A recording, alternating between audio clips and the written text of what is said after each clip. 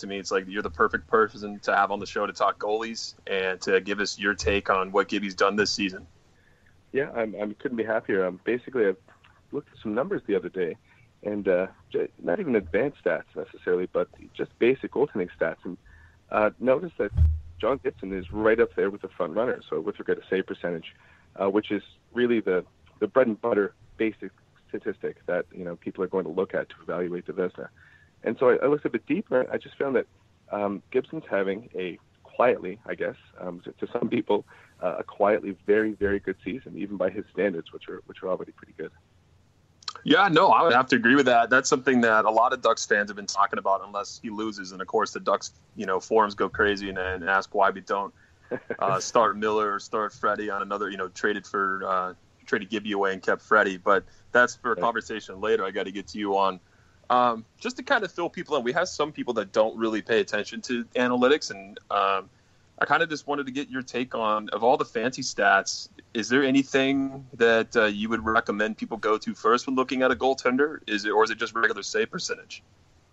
Well, it depends. So if you're looking to get a short list of who's going to be nominated, who's going to garner one of the top 3 voting spots for the Vezina Trophy, then that's going to be looking at basic save percentage.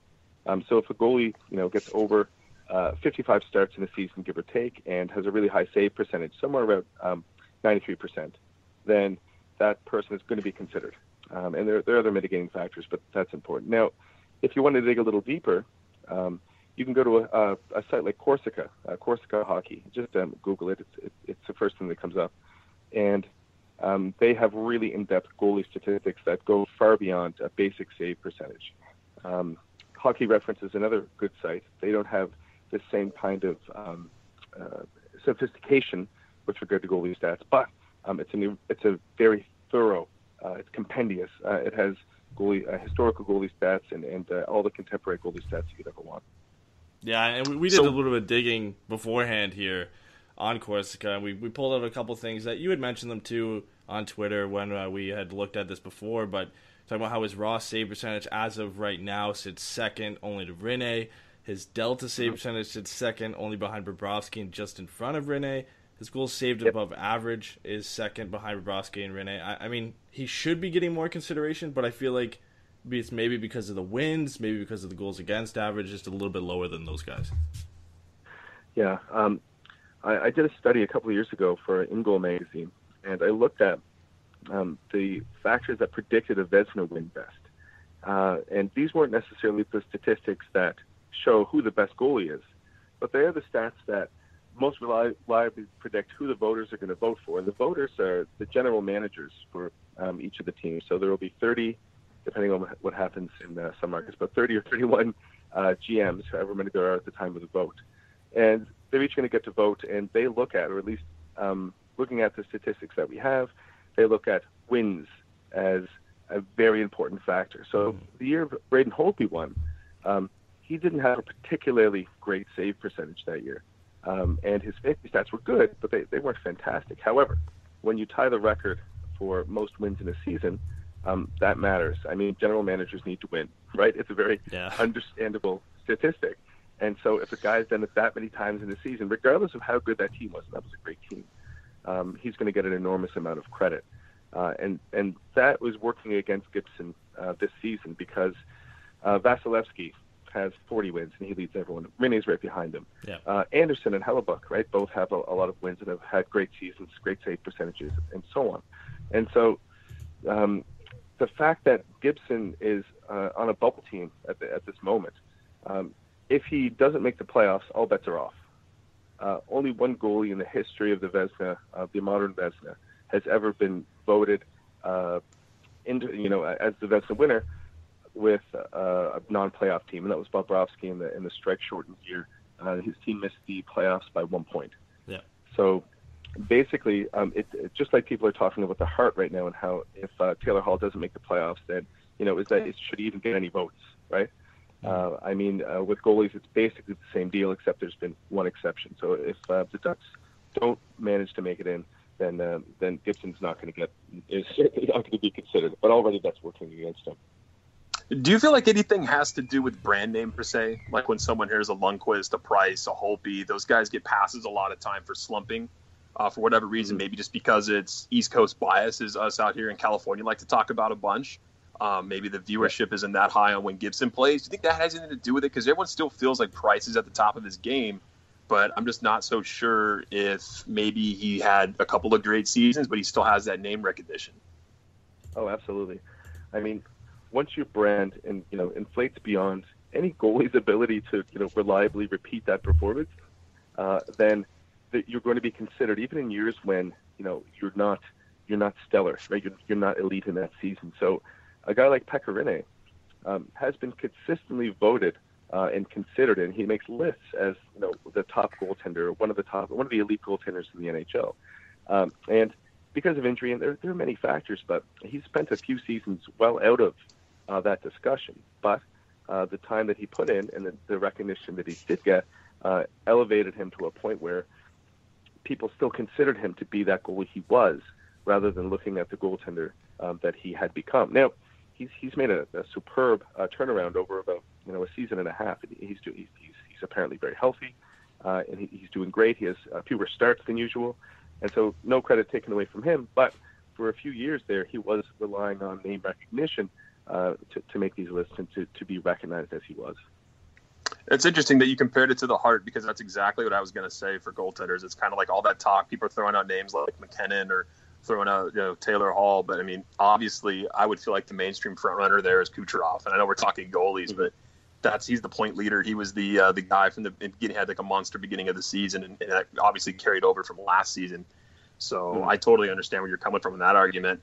Another question I've got for you is just one that I love to argue with all my buddies out here, because half of them are Kings fans.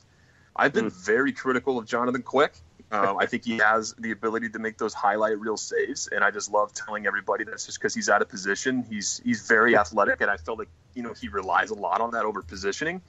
And he played in the defense first system under Sutter. Is that a fair take for me, or am I undervaluing Quick? I just kind of want to put a stamp on that from an expert. No, Twitter and even goalie Twitter has been split down the middle about Jonathan Quick forever, through almost his entire career. Jonathan Quick has a set of skills. He does things that there aren't names for.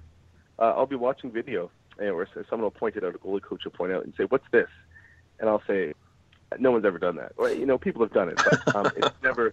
There's not a name for it because it's not something that generally happens. But his feet will just do the thing for him in the situation, and it ends up being the appropriate thing. So I mean, he's a gifted, elite athlete.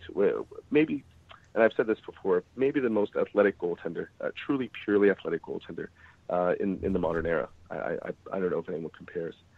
However, he's backed it up a bit. But he's played a lot of his career well outside the blue paint. And this is an era when goaltenders are coming back, right? Like a guy like Lundqvist has had incredible consistency and success playing, with his butt on the goal line, right? And, being very conservative with his depth. And a lot of goalies are making the same move, backing up, and they're able to cover more net more reliably and more consistently, able to take advantage of their size.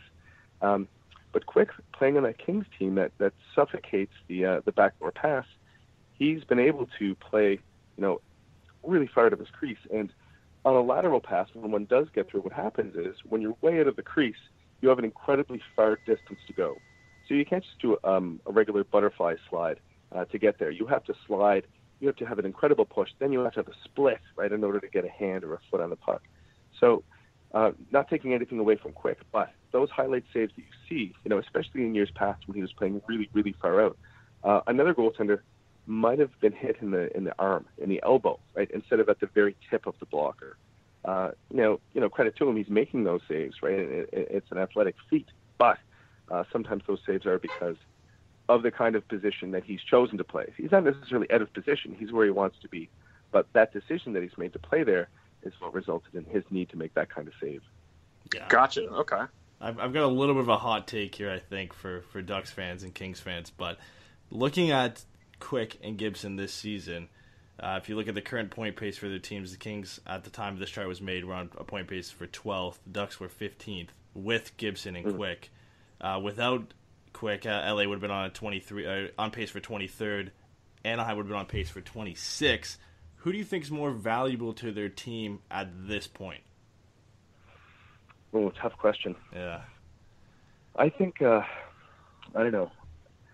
If you're asking me what goalie I'd rather have going forward, or it's a tough question. I'm just looking at some numbers right now, and I'm looking at the expected save percentage for both Quick and Gibson. So basically, that's a number that tells you, given the kinds of shots they face, basically, which goalie has it harder, who's expected to have a higher save percentage. And in this case, that's Quick, which indicates to me that he's had a somewhat easier time, behind LA's defense, as you might expect, than Gibson has had. So at this point, looking at the numbers, and I'd like to keep it as objective as possible, I'd give that to Gibson on the basis of that, and on the basis of what I know about the Ducks decor, which hasn't been bad, but which is different from LA's and has been different for a while. LA plays a very specific kind of game with the kind of defensive system that they employ. So I'd say Gibson, to answer your question, because Quick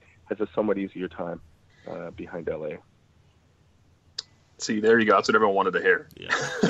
Making the fans listen to us. That's what they wanted to hear. To kind of top off my question segments is this has been an argument that we've had with fans, and we've discussed with other writers as well. But can you settle the long-time argument between Ducks fans and John Gibson and Freddie Anderson? Do you feel like Bob Murray made the correct decision there in offloading Anderson over Gibson? That's the most difficult question in hockey. Do you make Ducks fans angry on a Ducks podcast? Do you make Leafs fans angry, in the NHL? I mean, it's a really risky question to answer. But I love Freddie Anderson. If you delete a single month from Anderson's last two seasons with the Leafs, and it's been I believe October both times, terrible October, and then if you just took that away, he would be in the running for the Vezina probably the last two seasons, certainly even more this season if that were the case. Anderson has this nicely tuned technical game that he's worked on since he's got to Toronto. Had a bump in the road, tried something a little different, it didn't work. Then sort of back to being a solid technical goalie. And then you have Gibson, who is in some ways the polar opposite, whose technical game isn't as sharp and refined, but whose athleticism, whose instinct, whose power is remarkable. Based on results and based on the teams that they've played for, with those results, I think Gibson was the guy to keep. And it's difficult to argue that from where I'm sitting right now if someone's paying attention. So I think Toronto did great. They got a very solid goaltender. I think Gibson is a better choice to keep going forward. And I think he was sort of touted as the guy, and he's proved it at every juncture that he was the right guy to keep. So no one lost, but I think Gibson was the one. I also would have kept Gibson if I were making a decision this time. Yeah. Thanks for taking the hard question there. Yeah. I think it's a tough one because, like you said, you're making some people happy with that answer, then you're making some people upset on the other side. And that's been an issue in the Ducks community since the trade. It still continues to be an issue. Anytime Gibson has a bad night, the Freddie fans come out of the woodwork, and they get pretty offended. But on the topic of Gibson, of course, we had a question from Kyle on Twitter because he knew that you were coming in today. He wanted to know if Gibson is just scratching the surface of his potential, or is he kind of at his ceiling now? I know that's crazy for a 24-year-old, but do you think he has more to give? Yeah, I mean these are tough questions because of questions around team, questions around goalie development, and especially questions about either a willingness or resistance to change your game. I'm going to use Hellebuck as an example. So Hellebuck's a young guy. Right? He's not, he's not a grizzled vet. He's only been a starter for a couple of seasons. Last year, his first big year as a starter didn't go very well. He sort of sputtered, did poorly enough that management went out and signed another relatively big-name goaltender to challenge him in Winnipeg. Now, Hellebuck took this very seriously. He said, I need to remake things. I need to change the way I train. I need to change the way that I stop pucks. The changes he made to his style are some of the biggest I've seen a goaltender make in